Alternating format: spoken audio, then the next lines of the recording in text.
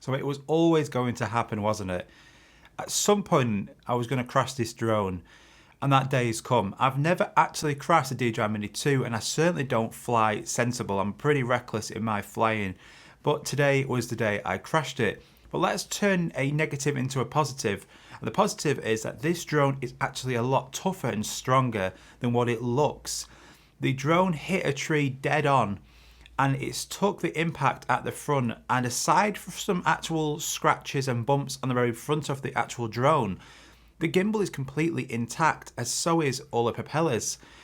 Yes, I am incredibly lucky, and you'll see on the video why, but wow, I am really impressed. So although this looks and is really plasticky, it is strong as well. So we went to this forest and was actually getting some shots with the DJI OM5 because that's had a firmware update now, and it's a lot better, and it's really good at getting those cinematic B-roll type of gimbal shots. I'm going to be doing a video on that really soon. So I was in this forest, it was really windy, and I like getting really close to the object. So as this drone was flying away, it looked like it was just going to narrowly avoid this tree, but because of the wind and my error as well, it ended up going dead bang into this huge tree. So if you too decide to want to fly your drone into a wall or a tree or another object, these things happen, accidents happen, what to do, and it's those split second reactions which could save your drone, and luckily on this example it actually did. So I flew the drone, it's hit this tree, we were pretty high up on the land we were on, and then the actual verge sloped down where all the other trees behind it were. So if it hit this tree and then carried on going down this big hill, I never would have recovered this drone. But fortunately, somehow it's hit this tree, and as it's hit it, it's then gone down slightly. As soon as it's hit that tree, I have just pushed up immediately on this left stick to increase that altitude. And by doing so, I do hope it picks it up in the video, but it hits the tree, it starts to descend, and then almost like slow-mo, it then starts to recover and then increases that altitude, and then I'm able to just hover it in place thinking, oh my god, yes, it has not gone down there into this abyss, never to be found again. I then got it back to me, and then I've checked on the actual gimbal. The gimbal looks to be pointing completely down. I think, right, the gimbal's knackered, but I've got the drone. But fortunately, if somehow this drone carries on, the torture and abuse I have put this through this last year, and it's still here to the day. And this is why I love this drone so much. But anyway, let's get into the video, and don't do this at home. So we come to this forest a lot. It's an absolutely stunning location, and it's a perfect place to fly the drone. So I like getting close up shots when flying this, either flyby shots like these or really close to objects, and it adds really nice cinematic perspective. So one of the first shots I wanted to do when flying this drone was to get it through the middle of two trees. So you can see here, this is where I wanted it to actually go, but because it was so windy, the drone actually starts to drift, and at this point now I pull back on the sticks, but it wasn't enough, and this is where the impact occurs. But fortunately, as it starts to drop there, that's where I increase the altitude, and it prevents it hitting that ground. At that fast impact, it would have been game over, but bringing the drone back to me, you can see here I was thinking this gimbal is goosed now, pointing down straight at the ground. It looked like to be game over. But as I increase that camera angle, it slowly points up, and you can see the reaction and relief on my face that the Mini 2 survives yet again for another day. So this drone is certainly a tank. Once again, you can see here the impact, it wasn't slow, hits that with some force and is able to continue. I did attempt to try again flying through these trees, but with that drift and the wind, I decided to stop, and on that occasion I did manage to stop just before hitting that second tree. But this drone is able, when flying low, to get some really cool fast cinematic shots, and you can get good video out of this.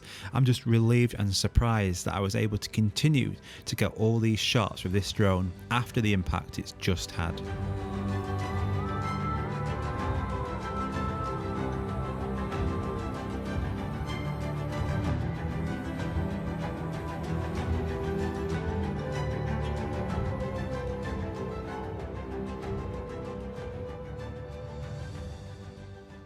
You can see here now when the drone is close to the trees just how windy it is. These trees are blowing around and so is the drone. You can see it hovering, fighting this wind.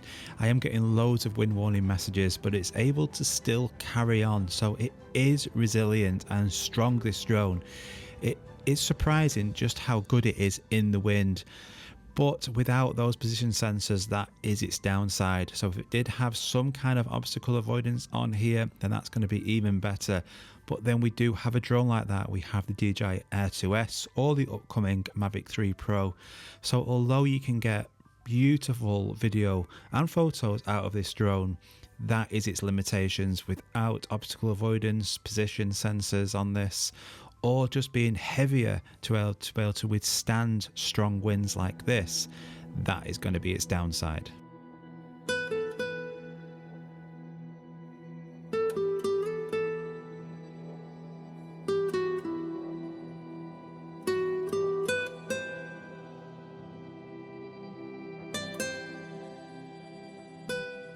On this example here, you can see all the trees blowing, and I wanted to get a shot straight through that gap there, but I'm going to speed these bits up here. Although I did try, it does fight the wind so much, it battles around and moves around so easily. It is a really light drone, let's not forget.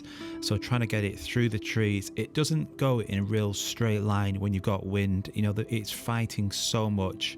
So I didn't want to risk it too much, because once it got through that gap, we don't know how windy it's going to be on that other side. So I did bottle it there and I didn't do that. But it's strange, when you are at altitude, it is a tank and it can hover nicely in that wind when it's really high up. It's just in a straight line, that's where it suffers, because it does get battered about being that small size.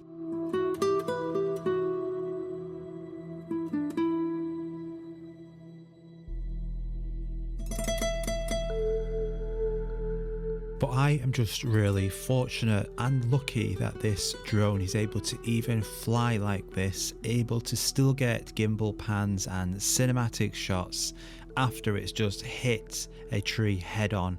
And that's something which I won't forget. The drone is really strong, but it does have limitations, and whilst you will get more confident flying, more reckless, want to do more riskier filming techniques, we need to remember that this DJI Mini 2 has no obstacle avoidance protection whatsoever. If you hit something, it's not going to stop and help you out. You're going to have to live with those consequences. And on today's example, fortunately, the drone lives to fight on another day. Thanks so much for watching, guys. I'll see you all very soon. Take care. If you're new around here, a like and subscribe will be excellent. Bye bye.